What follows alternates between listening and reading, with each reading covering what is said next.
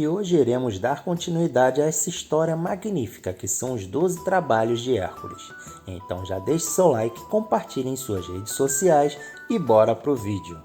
Sexto trabalho: o expurgo das aves do lago Estínfalo. Tamanha era a fama das aves do lago Estínfalo que merecem fazer parte dos 12 trabalhos de Hércules. Em seu sexto trabalho, o herói foi mandado pelo rei Euristeu para livrar o lago de tal praga. As aves estinfalianas eram enormes, muito numerosas, e se escondiam em um bosque à margem do lago Estínfale, no extremo norte da Arcádia, perto do Monte Silene. Verdadeira praga, devoravam constantemente os frutos e as colheitas da região, e algumas versões relatam que atacavam também os homens. Hércules partiu para a cidade de Estínfalo, acompanhado por seu sobrinho Iolau. O herói estava protegido com a pele do leão de Nemeia e Iolau portava o denso escudo. Contudo, nenhum dos dois precisou se proteger ao chegarem ao lago, porque não havia pássaro algum no céu. A tarefa mostrava-se mais difícil ainda, pois as aves estavam escondidas na densa floresta. O problema estava em fazer com que todas alçassem voo.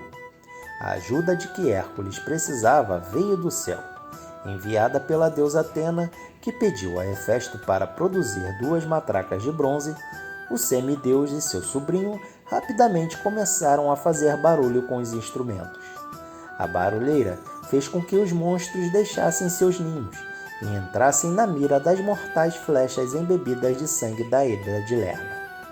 As aves despencaram aos montes e as sobreviventes foram abatidas, perecendo sob o peso de sua clava. Os monstros restantes, de tão amedrontados, fugiram para uma longínqua ilha no Mar Negro, e assim não restou nenhuma das malditas aves no lago Estínfalo. De qualquer modo, algumas versões, o herói abateu todas elas sem dificuldade com as flechas. Em outra curiosa versão, registrada em uma das cenas de um vaso de figuras negras do British Museum, ele teria usado uma espécie de funda. Quinto trabalho: em um dia limpou os currais do rei Aúgias, que continham 3.000 bois e que tinha há 30 anos que não haviam sido limpos. Estavam tão fedorentos que exalavam um gás mortal. Na mitologia grega, Aúgias foi um rei de Élida e marido de Epicaste. Aúgias foi um dos argonautas. Ele é famoso por seus estábulos, que guardavam o maior número de gado bovino daquela região, e jamais havia sido limpos, até a época que o grande herói Hércules apareceu. A linhagem de Aúgias varia nas origens. Segundo Pausânias, ele é filho e sucessor do rei Hélio de Elis, e menciona com uma exagerada versão que ele é filho do deus Hélio. Outros autores mencionam que ele deveria ter sido filho de Hélio e Nausídame, ou do rei Hélio e de Elis e Nausídame, ou Poseidon, e de Forbas. Os filhos dele foram Epicaste, Fileus e Agamete, a mãe de Dicte com Poseidon, Agastanes e Eurito. O quinto trabalho de Hércules foi limpar os estábulos de Aúgias em um dia. Isto era visto como humilhante, mais do que incrível, com os trabalhos anteriores, e impossível, já que o gado era divinamente sadio, imortal, e assim produzia uma enorme quantidade de esterco. Mas Hércules cumpriu em um dia, desviando o rio Alfeu para lavar os estábulos e sem fazer nada que o desgraçasse e o tornasse indigno de imortalidade. Na versão de Pausânias, Aúgias teria prometido algum prêmio a Hércules pela tarefa, e Hércules desviou o rio Mênio. Na versão de Diodoro Sículo, este é o sexto trabalho, precedido pela expulsão dos pássaros do lago Estínfalo e seguido pela captura do touro de Creta. O valor deste trabalho foi às vezes questionado, porque as águas limparam os estábulos e porque Hércules foi pago. Guerra entre Hércules e Aúgias. Aúgias se irou porque prometeu a Hércules 1/10 de seu gado se os estábulos fossem de fato limpos em apenas um dia. E ele se recusou a cumprir isso e se preparou para a guerra. Primeiro exilou seu filho Fileu, que havia defendido Hércules. Depois procurou arrumar aliados, oferecendo uma parte do reino aos filhos de Actor e a Marineu. Na guerra que se seguiu, Hércules não conseguiu vencer Aúgias pela força, mas através da traição. Quando os coríntios proclamaram uma trégua, Hércules preparou uma armadilha e assassinou os filhos de Actor. Segundo Diodoro Sículo, Hércules atacou uma procissão sagrada que havia saído de Elis para o istmo de Corinto, em honra a Poseidon. E neste ataque, próximo a Cleona, Hércules matou Eurito, filho de Aúgias.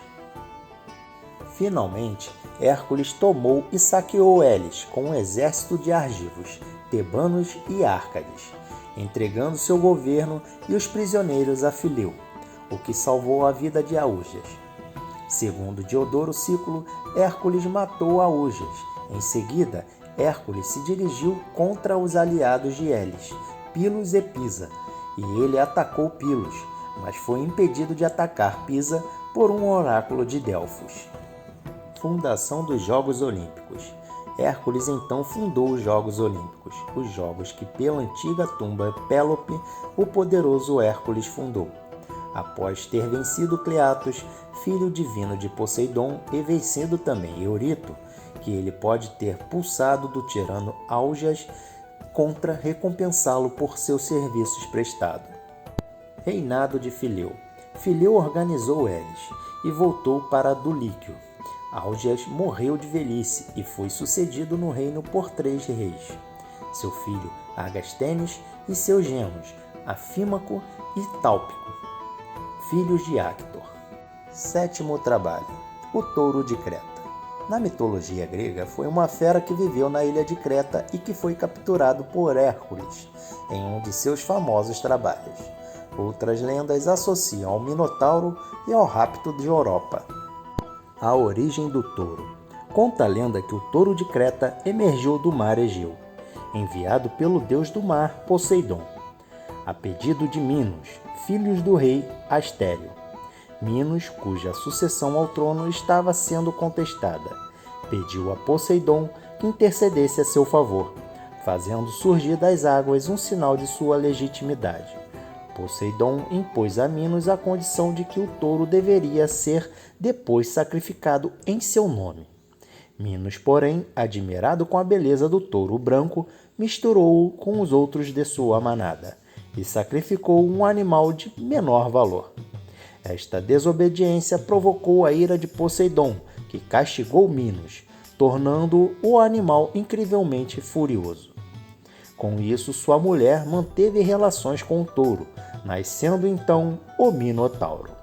O touro passou a aterrorizar a ilha de Creta, atacando a população que foi forçada a encerrar-se em suas casas. Hércules e o touro. O touro só foi derrotado por Hércules a mando de Euristeu, no que ficou conhecido como o sétimo de seus trabalhos. O herói desembarcou em Creta, subjugou o touro pelos cornos e o levou para Argólida, onde entregou a Euristeu. Esse quis entregá-lo a Hera, mas a deusa, não querendo aceitar um presente vindo de Hércules, pôs a fera novamente em liberdade. Teseu, mais tarde, acabou capturando-o nas planícies de Maratona. O rapto de Europa. Outra tradição associa ainda o touro de Creta à Europa, lindíssima filha de Agenor, rei da Fenícia. A versão mais conhecida da lenda conta que Europa foi raptada por Zeus, que tomou a forma de um belo touro branco e levou-a para Creta, onde ela se casou com Astério. Outra versão, no entanto, rejeita a metamorfose do próprio Deus. Afirma que Zeus, na verdade, enviou o touro de Creta para seduzir a princesa. A constelação de Touro. Na mitologia grega, o touro de Creta é associado à constelação de Touro, formada apenas pela cabeça, ombros e membros inferiores do animal, pois ao raptar a Europa e levá-la a Creta pelo mar, sua parte posterior estava submersa pelas ondas. As estrelas são representadas como um touro em posição de ataque, com os enormes chifres abaixados. Oitava tarefa: os cavalos de Diomedes. Na mitologia grega, semeavam terror e viviam atados por corrente de ferro aos seus bebedouros de bronze. Seu dono Diomedes alimentava-os com carne humana. Diomedes era o rei dos Bistones, uma raça guerreira, e era filho de Ares e Cirene. Eles eram Podargo ou Pé Brilhante, Lampon ou Resplendor, Xanto ou Amarelo, e Deino ou o Terrível. Hércules, no seu oitavo trabalho, foi encarregado de capturar os 4 cavalos de Diomedes e levá-los para Micenas, o que fez com valentia, a força e o talento que o caracterizavam. Navegou a Trácia com um grupo de voluntários e soltou os cavalos. Porém, quando os Bistones vieram recuperar os cavalos, ele entregou os cavalos à guarda de Abdero, filho de Hermes, que foi morto pelos cavalos. Hércules derrotou os Bistones, matou Diomedes e fez os demais fugirem. No local onde Abdero morreu, ele fundou a cidade de Abdera. Hércules finalmente levou os cavalos para Euristeu, mas ele deixou os cavalos livres e eles foram até o Monte Olimpo, onde foram mortos por bestas selvagens. Interlúdio: Admeto e Alceste. A caminho da Trácia, o herói fez uma pausa para encontrar Admeto, rei das feras, Tessália, antigo companheiro de época dos argonautas. Esse rei, algum tempo antes, tivera o privilégio de ter o próprio Apolo sob suas ordens, guardando os rebanhos. Apolo havia sido castigado por Zeus, depois de matar alguns dos ciclopes em represália à morte de seu filho Aclepto. Apolo afeiçoou-se a ele e obtivera das moiras que eles teceriam mais um fio para Admeto, quando ele morresse, caso alguém concordasse voluntariamente em substituí-lo. O tempo foi passando e, quando chegou a hora da morte do rei, a única pessoa que se ofereceu foi Alceste, sua amada esposa. Admeto descabelou-se, chorou, gritou, lamentou, rasgou as vestes, mas aceitou. Alceste, Héracles e Admeto. Quando Héracles apareceu inesperadamente no palácio de Admeto, os funerais de Alceste já estavam em andamento. O rei, porém, conversou com o amigo alegremente e fingiu que nada havia acontecido, pois não queria perturbá-lo. À vontade, Hércules comeu e bebeu até cansar e se tornou um tanto buliçoso. Acabou, porém, percebendo que ninguém acompanhava sua alegria e forçou um dos serviçais a contar o que estava acontecendo. Horrorizado com seu comportamento, o herói não pensou 2 vezes. Emboscou Tânato, a morte personificada, que viera buscar Alceste. Enfrentou-o e venceu. Alceste, desse modo, pôde retornar ao mundo dos vivos. Em outra versão, Hércules foi à Trácia sozinho.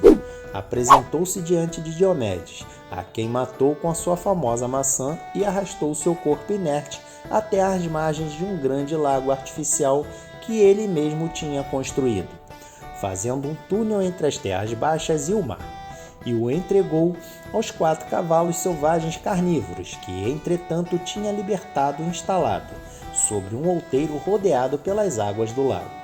Uma vez alimentados com a carne de Diomedes, rei da Trácia, os cavalos, cuja voracidade os tinha acalmado, puderam ser capturados docilmente por Hércules, que cumpriu assim vitoriosamente seu 8º trabalho. E essa foi a segunda parte dessa história magnífica sobre os 12 trabalhos de Hércules. Se gostou, já deixe seu like, se inscreva no canal, ative o sininho e compartilhe em suas redes sociais, pois isso ajuda muito no crescimento do canal. Obrigado por nos acompanhar e até o próximo vídeo.